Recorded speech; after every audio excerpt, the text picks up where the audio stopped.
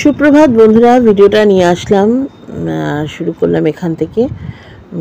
এই যে মুহূর্তটা দেখছো, একটা ছোট্ট চড়াই পাখি বসে আছে। এটা কিন্তু আমার আগের বাড়ির বাসার ভিডিও। তোমরা জানো যে আমি যে ফ্লোরে থাকতাম তার জাস্ট ওপরেই ছাদ ছিল। সেই ছাদ নিয়ে অনেক ভিডিও করেছি, তোমাদের সাথে শেয়ার করেছি। তোমরাও কমেন্টে বলতে যে কি সুন্দর ছাদটা। সত্যি ওই বাড়ির ওই ছাদ, ওই মুহূর্তগুলো আমার কাছে একটা আমার জীবনের পরম প্রাপ্তি। আমি ওখানে ভীষণভাবে প্রকৃতিকে কানেক্ট করতে পারতাম। এত পাখি, এত সুন্দর খোলা আকাশ, আর এই পাখিদের সাথে তো আমি রীতিমতো বিশ্বাস করে কথা বলতাম।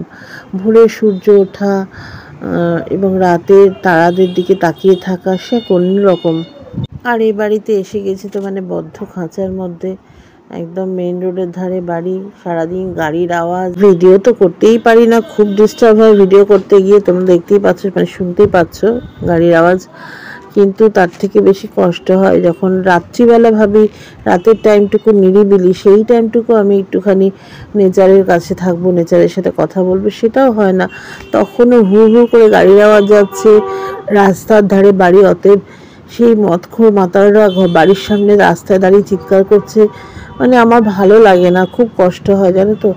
আমি ওই আগের বাড়ির ওই ছাদটা, ওই পাখি, ওই প্রকৃতিকে ভীষণভাবে মিস করি। আমার ভীষণ কষ্ট হয়।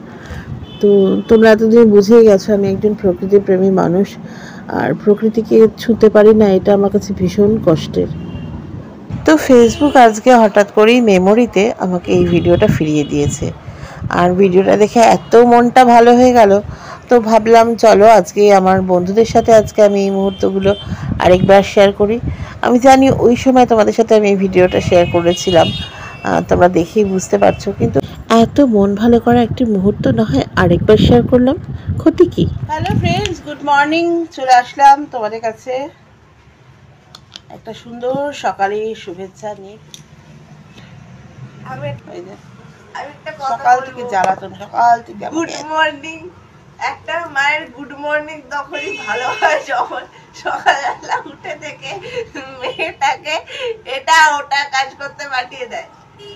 দোকানে যেতে বলেছি, বলো তোমরা, একটু দোকানে যেতে বলেছি, কত তার কথা।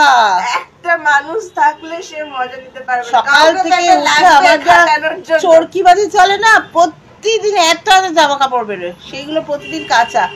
নিজের একটা জামা কাঁচা না, একটা কিছু করে না। পিটপিটে নয়। যদি বলি বাবা রাস্তায় পরে আজকে একটা জামা বেরোলাম, এসে সঙ্গে সঙ্গে বালতিতে রাস্তায় জামাটা না কেচে কেউ তোলে বলো? ঘরে আলনাতে কেউ তোলে? আমি তো পারি না বাবা রাস্তার জামা কাপড়। আর সব জামা দুদিনে ফেড হয়ে যায়, কারণ হয় না। ঠাকুর ঘর, সবার বাড়িতে জামা কাপড় ধোয়া ধুই হয়, প্রতিদিন বেরোনোর জামা কাপড় ধুয়ে তুলতে হয়, কারণ ঘরে ঠাকুর আছে, আমরা ঠাকুর পুজো করি না। তো যাই হোক, বাইরে কত রকম নেগেটিভ জিনিস থাকে, সেগুলো তো আমাদের ঠিক আছে, বাইরেও পরলাম না, ঘরে আজকে একটা জামা পরে আছি। তো বাসি জামাটা পরে থাকবে? বাসি জামা কাচবে না? সকালে পরেছি, তুমি রাত্রেই কেচে দেবে। সারাদিন কত কাজ থাকে। একটু দোকানে যা, একটু চা করতে বললে চা করবে না, একটু বলে পুচুকে দিয়ে তাতেও হবে না, তোমার বাচ্চা তুমি দাও, বুঝেছো? এরকম বলে। চলো, এরকম জ্বালা, এরকম উৎপাত করে। ঘাড়ে ব্যথা হচ্ছে আমার, সকাল থেকে যাই না কেন। আমি কমিয়ে দিচ্ছি। এই তেলটা দে, এই তেলটা লাগিয়ে দে। এই তেলটা খুব ভালো ব্যথার জন্য, খুব ভালো। এটা আমাদের মোদি কেয়ারের একটা ভালো তেল, ব্যথার তেল। এইটা লাগিয়ে আমি খুব উপকার পাই, একটু ব্যথা হলো। চলো পরে ফিরে আসবো। আজকে তো একাদশী, গতকাল একাদশী লেগেছে, আজকেও আছে সারাদিন, আজকে দিনটা মানতে হবে। তো ওই জন্য দুপুরবেলা একটু লুচি করছি। আর মিমি তো আটার লুচি খুব ভালোবাসে, ময়দার লুচি হলেও বেশি খেতে পারে না, দুটো তিনটে খেয়ে আর খেতে পারে না। তো ওই জন্য আটার লুচি করছি, ময়দার লুচি করছি না। তো তোমাদের সাথে সেই মুহূর্তটা শেয়ার করে নিলাম। শোনো, তোমাদের বলছি, যারা সবসময় বলো কি, যারা ব্লগিং করে, লাইফস্টাইল দেখায় সারাদিনে কি করছে না করছে, আরে লাইফস্টাইল ব্লগ মানেই তো তাই না? লাইফস্টাইল ব্লগিংয়ে তো সারাদিনের কাজই দেখাতে হবে, আমি কি করছি সেই কর্মকাণ্ডই তো শেয়ার করতে হবে। সে তোমাদের ভালো লাগুক বা খারাপ লাগুক, এটাই আমাদের কাজ, তাই না?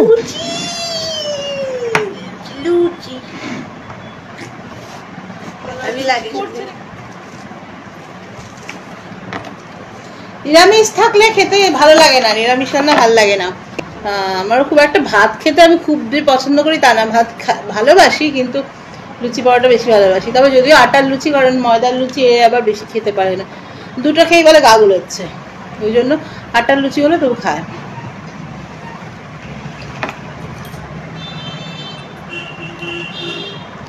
পরে আসছি। সন্ধ্যাবেলা চলে গিয়েছিলাম পোস্টার পার্কে, মানে ওই হনুমান জয়ন্তীর দিন ওখানে আমাদের একটা কাজ আছে, তো ওই আমাদের রান্না ঠাকুর রান্না করবে। তো চলো এই মুহূর্তটা শেয়ার করে নেওয়া যাক। হ্যালো গাইস, এই দেখো অরূপকে। আমরা এখন এসেছি হচ্ছে ওই সেদিনকে যেখানে এসেছিলাম আগের ভিডিওটাতে তোমরা দেখলে, এই যে শুক্লা পিসির ফ্ল্যাট, এখানে আমাদের মিনি পার্টি ছিল। উল্টো আলোর এফেক্ট হচ্ছে। তো এই শুক্লা পিসির ফ্ল্যাটের সামনে, মানে এই ফ্ল্যাটটাতে এখানে আমাদের একটা কাজ আছে অরূপের। তো ভদ্রলোক আসতে বলেছেন, তো আমরা ওয়েট করছি, অরূপ আর আমি এখানে ওয়েট করছি। ভিডিওটা করছিলাম অরূপের ফোন থেকে, কারণ আমার ফোনে একদম চার্জ ছিল না। আর কি কাণ্ড হয়েছে জানো, তোমাদের বলি শোনো। অরূপের ফোন থেকে ভিডিও করতে করতে কখন যে ভিডিওটা অফ হয়ে গেছে আমি খেয়ালই করিনি। আমি তো বকেই যাচ্ছি, কারণ অরূপের ফোনে একদম স্পেস ছিল না, গ্যালারি ফুল। তো যাই হোক, এটা আগের ভিডিওটা, মানে আগের যেটুকুনি হয়েছিল ওই পার্টটাকেই আমি মিউট করে আলাদা ভয়েস দিচ্ছি। তো এই যে এখানে দাঁড়িয়ে আছি, আর তোমাদের দেখাই পিছন দিকে একটা বাড়ি আছে, একটা পুরোনো দিনের বাড়ি। তোমাদের বলি, আগে কিন্তু আমাদের ওই বাড়িতে, এই যে এই বাড়িটা, এটা হচ্ছে মৌদের বাড়ি, মানে আমার একটা বন্ধু, হ্যাঁ, সে এখন এখানে থাকে না, বিয়ে থা হয়ে গেছে, অন্য জায়গায় থাকে। তো এই বাড়িতে আগে আমাদের রিহার্সাল হতো নাচের। তখন আমাদের পোস্টার পার্ক ক্লাবটা এত বড় ছিল না, একটাই ক্লাব ঘর ছিল। তো তখন কিন্তু আমাদের এইসব পাশে একটুখানি জায়গা একটু ঘেরা ছিল, কিন্তু রিহার্সাল করার জন্য আমরাই চলে আসতাম। আমার কী উন্মাদনা ছিল, মানে বিকেল 4টে হলো, পাড়ার প্রোগ্রাম, রিহার্সাল। তো এখনকার ছেলেমেয়েরা, মানে এখনকার বাচ্চারা এইসব আনন্দ ভুলেই গেছে। রিহার্সাল মানে একটা আলাদাই এক্সাইটমেন্ট, কতক্ষণে সেখানে গিয়ে পৌঁছাবো। আর এখন প্রোগ্রাম করাতে গিয়ে দেখি তো, যদি বলি রিহার্সাল 4টে থেকে, তারা আসবে 5টা, 5:30, 5:45। বাবুরা এত তাদের ভ্যানিটি, এত ভাও, মানে কি বলবো, সব মানে এরকম অ্যাটিটিউড হয়ে গেছে এখনকার ছেলে মেয়েদের। খুব কষ্ট লাগে এগুলো ভাবলে। ফিরে আসলাম, ভিডিও করতে পারছিলাম না, আমার ফোনে চার্জটা কম ছিল জানো তো, চার্জ দেওয়া হয়নি, সেই অর্থে ভিডিও করতে পারছি না। যে বাই চান্স যদি সুইচ অফ হয়ে যায়, আর অরূপের ফোনে আবার স্টোরেজ ফুল, অরূপের ফোনে আবার ভিডিও করতে পারছি না, কি ঝামেলা। একটুখানি করেছিলাম অরূপের ফোনে, জানি না ভিডিওটা আদৌ এসছে কিনা। যে মিমিকে দেখো অ্যাজ ইউজুয়াল, আমি যখন বাইরে যাই কাজ করি অ্যাজ ইউজুয়াল, অ্যাজ ইউজুয়াল, বুঝে নাও, ঠিক আছে। তো আজকে একাদশী ছেড়ে গেছে যদিও, তো এখন আবার পরোটা বানাবো, তরকারি করা আছে। একটা পাপাকে প্রথম বললাম ফ্রিজে তরকারিটা ঢোকাতে, আমিও ভুলে গেছি, নষ্ট হয়ে গেছে কিনা দেখ, পাপা ঢুকিয়ে রাখতো ঘাটা তরকারি, দেখেছো কেমন বলছি, দুপুরের তরকারিটা নষ্ট হয়ে গেলে কিনা যাই না, ঠিকই আছে। ঘাটা তরকারি গরম পড়ে গেছে, ফ্রিজে ঢোকাতে ভুলে গেছি। রুকো রুকো রুকো রুকো যারা সার্ভার করো। তো রুটি, সরি রুটি না, পরোটা হবে। পরোটা কি লুচি কি খায় এরা জানি না, যা বলবে তাই করবো, দেখা যায়। আলুর তরকারি করা আছে, আর কি হবে, একটু বেগুন ভাজা করবো, সুজি করবো। তো রাত্রের জন্য পরোটা বানাচ্ছি। তো দেখতেই পাচ্ছ গোল গোল পরোটা, কিন্তু ঠিক গোল হয়নি, কারণ বেলেছে হচ্ছে আমার মেয়ে, একটু বুঝে নিও। যাই হোক, মেয়েকে দিয়ে কাজ করিয়েছি, এটাই বড় কথা, তাই না? তো রাতের জন্য পরোটা আর সুজি হয়েছে। তো শোনো, তোমাদের একটা কথা বলি, আমি আজকে একটা মজা করেছি, সেটা হচ্ছে একটা বিষয় আমি লুকিয়ে লুকিয়ে একটা ভিডিও করেছি, আমার মেয়ের ভিডিও। আমার মেয়ে বুঝতেই পারেনি। তো কি করছিল আমার মেয়ে, চলো ভিডিওটা শেষ করতে করতে, মানে যেতে যেতে সেই মুহূর্তটা তোমাদের সাথে শেয়ার করে নিই, দেখতে থাকো।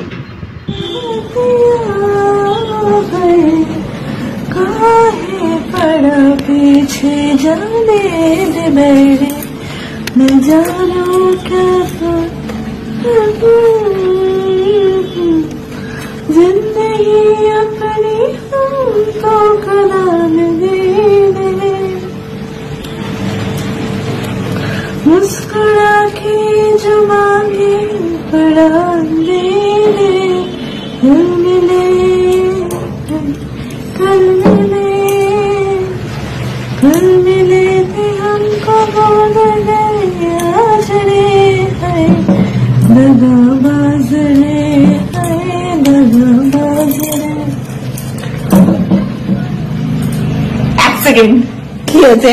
তুমি এটা কি করছো? ভিডিও করছি। তো চলো বন্ধুরা, ভিডিওটা আজকে এই পর্যন্তই, আর বেশি কথা নয়। Tata, good night.